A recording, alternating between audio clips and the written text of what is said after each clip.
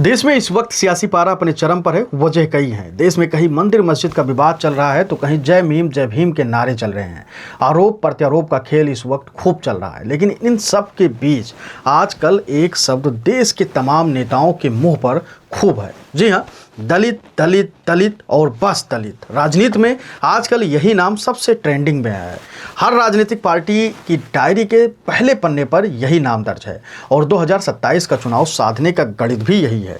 कुल मिलाकर अब बाबा साहब को मानने वालों पर सबकी नज़र है। राणा सांगा पर दलित सांसद रामजी लाल सुमन ने अभद्र टिप्पणी की तो करणी सेना उग्र हो गई। अखिलेश यादव इसे बीजेपी की सेना बताकर लग गए। दलित सेंटीमेंट को पीडीए से जोड़ने में कोई कोर कसर नहीं छोड़ा। अब भला बीजेपी इसमें कहाँ पीछे रहने वाली थी। बीजेपी ने तो इस बार दलितों को अपने पाले में बनाए रखने के लिए मिशन ही चला दिया है। ऑपरेशन दलित नाम से बाकायदा अभियान शुरू कर दिया है। 15 से 25 अप्रैल तक बीजेपी के नेता अब बस्ती बस्ती जाकर कार्यशालाएं का आयोजन करेंगे और दलित बुद्धिजीवियों से बात करेंगे और ये सब शुरू होगा बाबा साहब की जयंती के दिन से। इन कार्यशालाओं के लिए कार्यकर्ताओं को भी ट्रेनिंग दी गई है और उन्हें सख्त हिदायत भी दी गई है कि कुछ भी बोलो पर अंबेडकर, संविधान और आरक्षण और दलितों के मुद्दे पर ऐसा कुछ मत बोलना कि दलित मैथमेटिक्स गड़बड़ा जाए। बीजेपी ने इस बार अंबेडकर जयंती को लेकर देश भर में दलित आउटरीच का एक प्लान तैयार किया है। दरअसल बीजेपी का मानना है कि अब बाबा साहब दलितों और समाज के शोषित वर्गों के लिए एक मसीहा या आइकॉन नहीं बल्कि देवता है। लिहाज भाजपा अपने कार्यक्रमों में उनको वही सम्मान देती दिखाई देगी। 10 अप्रैल, 11 अप्रैल और 12 अप्रैल को अंबेडकर जयंती और कार्यक्रमों को लेकर प्रदेश स्तर पर वर्कशॉप किए गए। 13 अप्रैल को देश भर में अंबेडकर की प्रतिमाओं को बीजेपी के कार्यकर्ताओं ने साफ सुथरा किया और शाम को वहीं दीपक भी जलाया। 14 अप्रैल को अंबेडकर जयंती पर देश भर की दलित बस्तियों में बीजेपी के कार्यकर्ताओं ने मिठाई बांटी और संविधान की प्रस्तावना को खूब पढ़ा।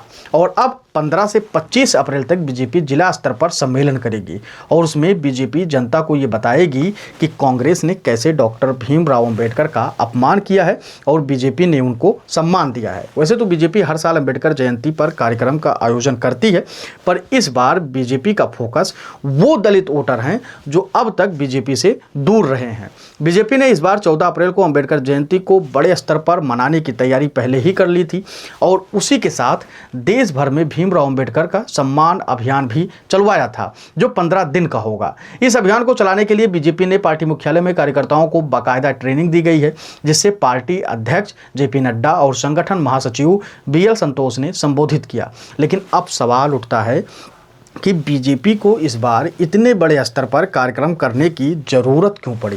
दरअसल इसके पीछे अनुसूचित जाति के 20-22% से ज़्यादा दलित वोटर हैं और बीजेपी को लगता है कि मोदी के नाम पर और दलित वर्ग में काम के आधार पर बीजेपी को इस वर्ग में पैठ बनाने में उनको बड़ी सफलता मिल सकती है, जिसका नतीजा 2014, 19 और लोकसभा के चुनाव में देखा भी गया है।